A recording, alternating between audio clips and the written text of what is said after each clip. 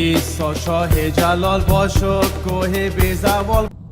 شلوم دوستا عزیز، برادرها خواهرها، امیدوار هستم خوب و خوش و سرحال باشین. از محبت و فیض خداوند بهره‌مند بودن. نعمات و برکات خداوند همیشه در زندگی شما وجود داشته باشه و سرازیر شود. دوستا عزیز، بیننده عزیز، شکرگزار هستیم خداوند را که تا به حال با ما بوده و برنامه ما بسیار خوب پیش میره. تشکر از اینکه شما برنامه را مشاهده میکنین، لایک میکنین، شریک میسازین. و بازم خود درخواستم از همه شما عزیزایی است که شما این ویدیو را در روی صفحه فیسبوک خودتان شریک بسازین، لایک بکنین، کامنت بتین و برین به صفحات دیگری را شیر بکنین. و همچنان این یوتیوب چینل ما را که برای اسکرین میبینین، این را هم شما لایک بکنین، سابسکرایب بکنین و شریک بسازید تا تعداد بیشتر از دوستا با ما یک جا شون و این ویدیوها را مشاهده بکنن. دوستان عزیز، امروز باز با یک برنامه جدید و با یک موضوع جدید از کتاب مقرض در خدمت شما قرار دارم. و موضوع امروز ما بسیار یک موضوع جالب است، البته دو بخش داره و امروز من تنها درباره بخش اول صحبت میکنم و بخش دومش باز در برنامه آینده با شما شریک میسازم. برنامه امروز ما درباره دعا و عبادت مسیحی است. دوستان عزیز، دعا و عبادت مسیحی که از متی فصل 6 آیه 5 الی آیه آخر آیه 13، آیه 5 الی آخر آیه 13، این برنامه الی آخر آیه 15 ببخشید، الی آخر آیه 15 ما از کتاب مقدس میخوانیم. متی فصل 6 از آیه 5 الی آخر آیه 15 ما امروز میخوانیم. ولی باید بگویم که بخش اول از ایره که ما امروز درباره صحبت میکنیم از آیه 5 تا آخر آیه 8 است. این در این باره ما چی میکنیم؟ امروز درباره صحبت میکنیم و درباره بخش دوم از این باز در برنامه آینده ما صحبت خواهیم کرد. خب دوستان عزیز، دعا و عبادت مسیحی، دعا و عبادت مسیحی. دوستان عزیز، مسیحی ها وقت دعا میکنن، عبادت میکنن، که مثلا اگر در عامیانه بگوییم وقتی که نماز میخوانن، نماز ما تو مثل شما وقت نداره که از این ساعت تا این ساعت. نماز ما رکعت نداره چند رکعت. نماز ما چیز فکس نشده، تعیین نشده که مثلا ما می الفاظ را یا می آیات را باید در نماز بگوییم. نماز ما یک مسیر سم نداره که به اون طرف روی بکنیم. یک حرکات مشخص تعیین نشده که ما حرکات در جریان مثلا نماز انجام بدیم. و این نماز ما فرض مثال تو نیست که یک نفر نماز اقامه بکنه و دیگرها مقتدی از پشت از او استاده شو و ملا و مولوی بخوانه و دیگرها فقط چپ چپ از پشت از او خود پایین و بالا کرده برد. متوجه هستین دوستان عزیز؟ نماز ما او رقمی نیست، عبادت ما، دعای ما به رقم شما نیست. چرا که خداوند همچون یک عبادت و اطاعت و دعایی را که شما میکنین از بشر نخواسته، بلکه خداوند برای بشر گفته وقت دعا میکنی مسئله که مهم است سمت دعا نیست که به کدام طرف تو دعا بکنی. حرکات دعا مهم نیست، وقت دعا مهم نیست، الفاظی که در دعا میگی تعیین شده نباید باشه، او مهم نیست، الفاظ تعیین شدهش مهم نیست. و مثل از این مثلا مسائل دیگه که به کدام زبان باشه تنها و غیره و غیره، این چیزا مهم نیست.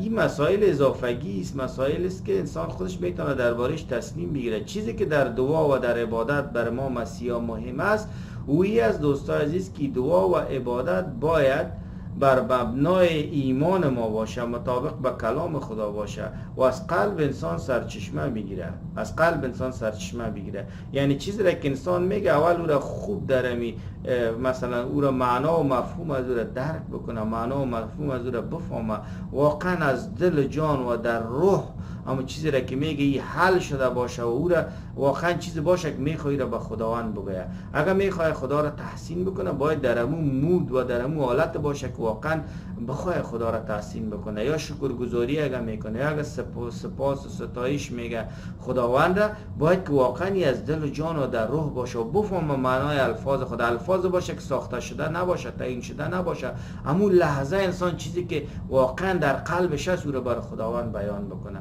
و دومی که وقت انسان عبادت و اطاعت میکنه و از قلب خود از روح خود با روح خداوند تماس میگیره و خداوند را پرستش میکنه، ستایش میکنه، خداوند را مثلا شکرگزاری میکنه، عبادت میکنه، یا میره دعا میکنه، از خداوند چیز میخواه برای خود، برای دیگرها و یا غیره، و یا طلب شفاعت و غیره و غیره میکنه. این کارا را انسان انجام میده، هدفش فقط جلال نام خداوند است، فقط جلال نام خداوند. ما دعا نمیکنیم دوستای عزیز، ما عبادت نمیکنیم به خاطر که بهشت بریم یا به خاطر که جنت بریم مثل شما، به خاطر که سر ما تحمیل شده باشه، به خاطر که با جبرن باید این کار بکنیم، یا ای که ما اگر دعا و عبادت نکنیم باز به دوزخ میریم. متوجه هستین؟ روز محشر که جان بود، داز بود و اولین پرسش از نماز بود، نخیر در مسیحیت جا نداره، کاملا غلط است. ما به خاطر گفتم نه جنت رفتن و نه ترس از دوزخ، به این هدف ما نه دعا میکنیم، نه عبادت میکنیم، نه نماز میخوانیم، و نه به خاطر اجر و ثوابی کارا میکنیم، نه به خاطر که بر ما تعیین شده باشه، فکس شده باشه، معین شده باشه، مجبور باشیم تعمیل شده باشه این کار انجام بدیم. به این خاطر ما دعا و عبادت نمیکنیم، یا شما نامش نماز ماندین، نماز ما نمیخوانیم دوستان عزیز، بلکه هدف ما فقط جلال نام خدای پرجلال است. چرا؟ ما قبل از قبل نجات ابدی یافتیم، ما بر رستگاری اخروی رسیدیم، خداوند تمام گناه ما را بخشیده، گناه گذشته، حال حاضر و آینده را بخشیده. ما در فیض خداوند به سر میبریم، زندگی ما در فیض و توبه استک، آینده ما تضمین استک. همون چیزی را که شما بهشت جنت میگه ما با او رسیده، ما زندگی ابدی رو با عیسی مسیح یا یشوع مسیح، خداوند یشوع مسیح ما سپری میکنیم. ما هیچ چیز کمی نداریم، خداوند یشوع مسیح همه چیز برای ما داده، همه اجر و ثواب، همه چیز وقتی که ما ایمان آوردیم برای ما داد، زندگی ابدی را داد، گناه ما را بخشید، روحش در ما ساکن است، ما را فرزندای خود خواند و امروز با ما از روحش ما را هدایت میکنه، و حتی اگر ما بمیریم جسم ما خاک میشه، روح ما با خود خداوند ما یشوع مسیح باشه، در روز قیامت بدن جدید میگیریم، با یشوع مسیح زندگی ابدی را در ستایش نیکویش و پرستش و جلال خداوند سپری میکنیم. هیچ کدام مشکل ما نداریم. پس ما به خاطر آخرت یا به خاطر جنت یا به خاطر از اجر و ثواب نماز نمیخوانیم، طاعت و عبادت نمیکنیم دوستان عزیز، ما دعا نمیکنیم، ما فقط به خاطر چی؟ به خاطر جلال نام خدای پرجلال. چرا؟ خداوند ما را نجات داد، خداوند ما را برکت داد، خداوند ما را گناه ما را بخشید، خداوند برای ما زندگی ابدی داده، خداوند ما را به اون بهشت جنت رسانده. به او خاطر ما خداوند ستایش میکنیم، ما خداوند تشکر میکنیم، خداوند سپاسگزار هستیم.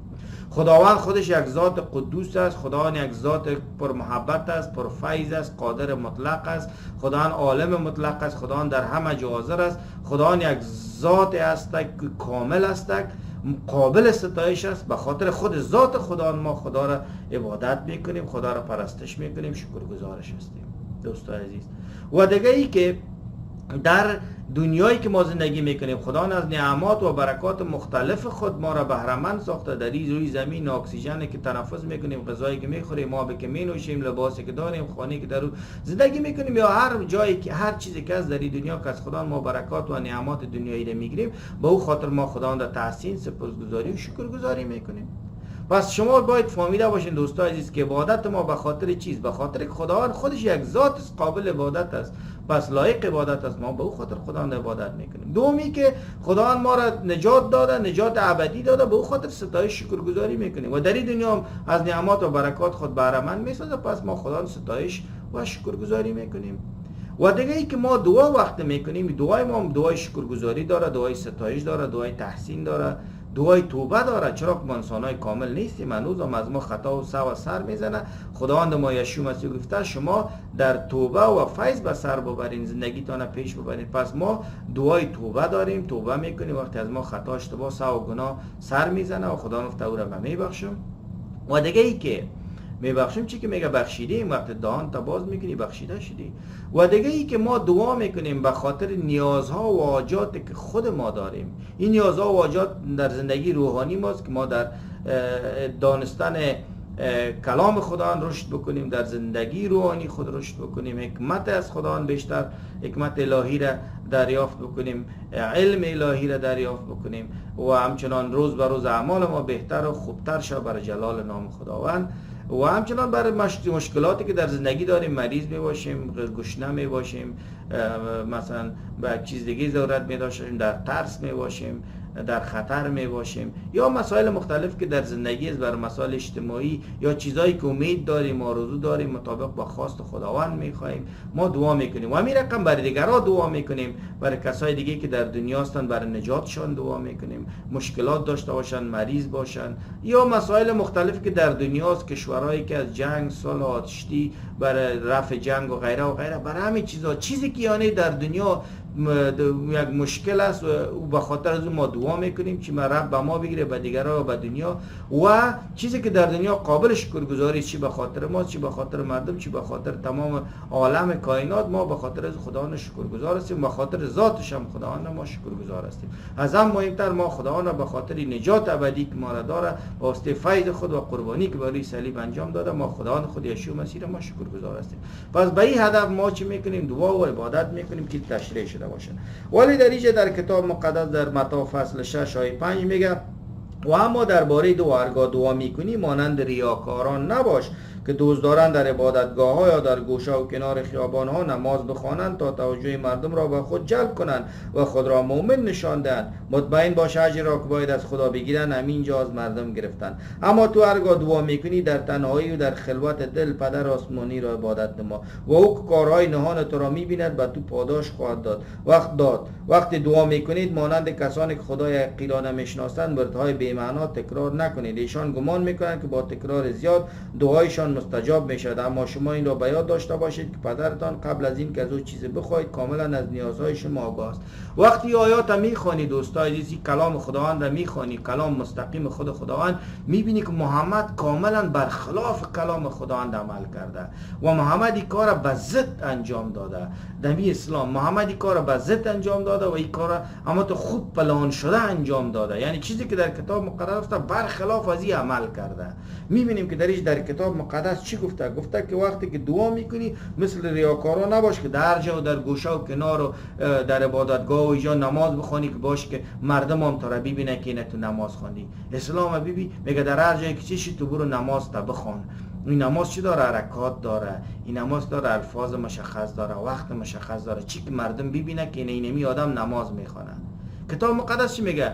نماز چیز در خفا در دل در قلب هست. با مردم یک جا بودیم نماز تا بخوان، دعا عبادت تا بکو، اگه نبودیم مثلا در کنج مثلا ما برم بشینم دعا بکنم در قلب خود، خداوند دعای مرا میشنه، از قلب ما آگاه هست، ما دعا میکنم، ستایش کنم، پرستش کنم، شکرگزاری کنم، دعا بکنم، درخواست نیازها و حاجات خود از خداوند بخوایم. میتونه با زبان بسته یا با زبان باز بخوانم و هیچ کس هم متوجه نشه.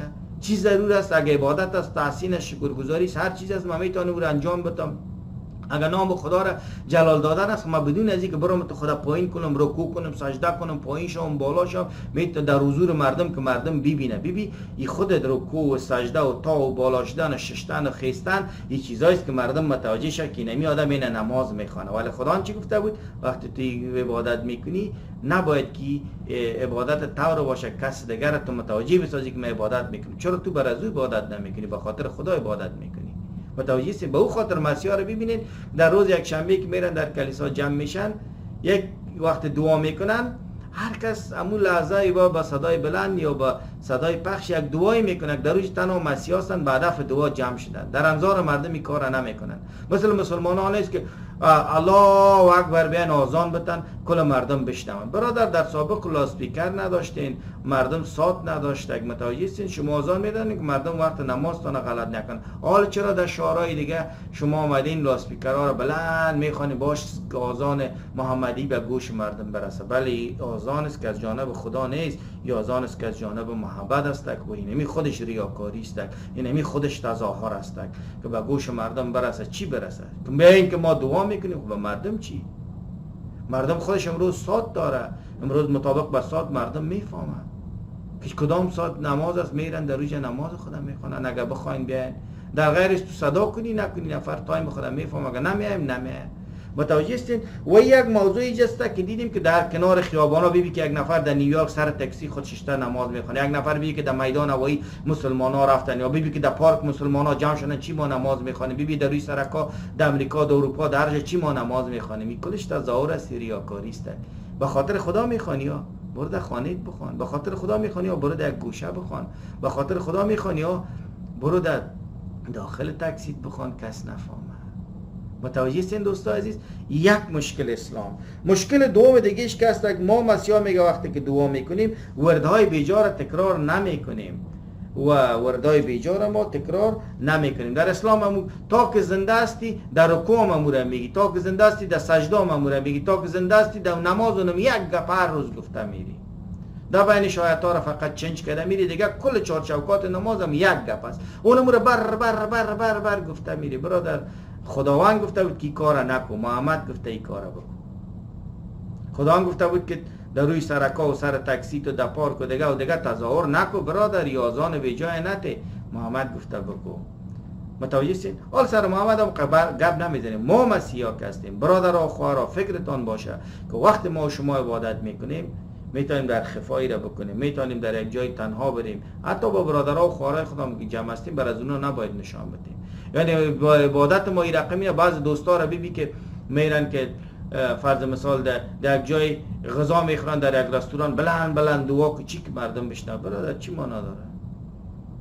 میتونی در دل دعا بکنی. اگه بخوای که باعث برکت به اونها شی مسئله جداست، ولی که تو مثلا تظاهر کنی که من مسیح هستم دیگه و دیگه قابل قبول خدا نیست. پس دعای ما و شما دوستای مهم است که از دل باشه، از قلب باشه، مفهوم معنایش بفهمیم. اگر تحسین از شکرگزاری، ستایش از پرستش، از دعاست، دعای توبه است، دعای درخواست است، هر چیزی که است که از این قلب باشه و همون الفاظی که قلبت میگه او را بیان بکنی و به حضور خدا چشمت به طرف خدا دوخته شده باشه، تنها خدای ببینی و منتظر جواب از خداوندت باشی، نه از مردمی که در چهار بغلت است. چهار بغلت اصلا هیچ نبینی دوست عزیز.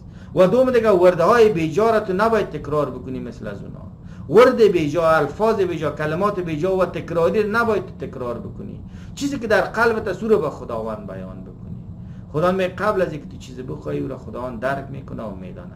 پس متوجه از این ما شما دوستان عزیز برادرها و خواهرها باشیم که در مسیحیت اگر میخواین که طاعت و عبادتتان او اجری که باعث جلال نام خداوند میشه، او تا جلال خدا وعده کرده به سرتان میگذارم. اگر به خاطر خدا عبادت میکنین، دعا میکنین دوستان عزیز، ما و شما میایم امور میتونیم بهش نحوی انجام بدیم که در اون تظاهر و ریاکاری وجود نداشته باشه. و دوم وقتی که بدون تظاهر و ریاکاری هم انجام دادیم، ورد بیجا، چیزای تکرار، الفاظ بیجا و بے معنا در مثل مسلمان ها که در نماز خود تکراری انجام میتن تو انجام نته. تو چیزی که در قلبت است همون رو بر خداوند بگو، حتی یک کلمه اگه باشه. متوجه هستین؟ پس در مسیحیت ما دیگه یک چیز فکس شده نداریم که امور هر روز بگوییم مثل مسلمان هم دیوان ها که یک چیز حفظ میکنن یا با تاشو بالاشو تاشو بالاشو تاشو بالاشو. ما مسیحی ها میتونیم روزی 1 میلیون دفعه نماز بخوانیم، میتونیم روز 1 دفعه نماز بخوانیم، روز 10 دفعه 20 دفعه. ما در هر حالت ششته استاده خیسته، حتی میتونیم رکوع بکنیم، میتونیم سجده بکنیم، ولی نه برای کور فکس کرده باشیم. ما میتونیم به هر حالتی که مناسب باشه و هر حالتی که مورد قبول خداوند باشه، یعنی یک حالت بی‌عزتی نباشه تو خوش دی پایت بالا انداختی دعا میکنی، یا مثلا در تشناب رفتی فرض مثال در حالت بسیار بد تو بری و در گل یک دعا بکنی، مسائل غلط است. اگرچه در تشناب دعا کردن هم کدام کار مشکل نیست، ولی منظورم است که در وقت تشناب رفتن تشنابت بکو، در وقت دعا کردن دعایت بکو. یعنی حالات مناسب، هر حالت مناسبی که باشه خود انسان عقل داده، خدا برش فکر میکنه، چیزی که در قلبش هست اون رو به خدا بیان میکنه. ما گفتیم دعای شکرگزاری داریم، دعای ستایش داریم، دعای پرستش داریم، دعای تحسین خداوند داریم، دعای توبه داریم، دعای حاجات و نیازهای خود داریم، دعای اعتراف داریم و تمامی دعا را در بخش دوم می ویدیو که در برنامه آینده با شما شریک می سازم ما دربارهش براتون معلومات میتم. و برنامه امروز ما در همینجا به پایان میرسه و موضوع برنامه امروز ما دعا و عبادت مسیحی بود. امیدوار هستم براتون مفید واقع شده باشه. لطفاً این ویدیو را در یوتیوب و در فیسبوک تان و در صفحات دیگه یوتیوب و فیسبوک شریک بسازین و کامنت بتین و لایک بکنین. تشکر. خداوند ما یشوع مسیح همراهتان باشه، شما را برکت بده. در پناه خداوند ما یشوع مسیح بوده. روز خوش. آمین.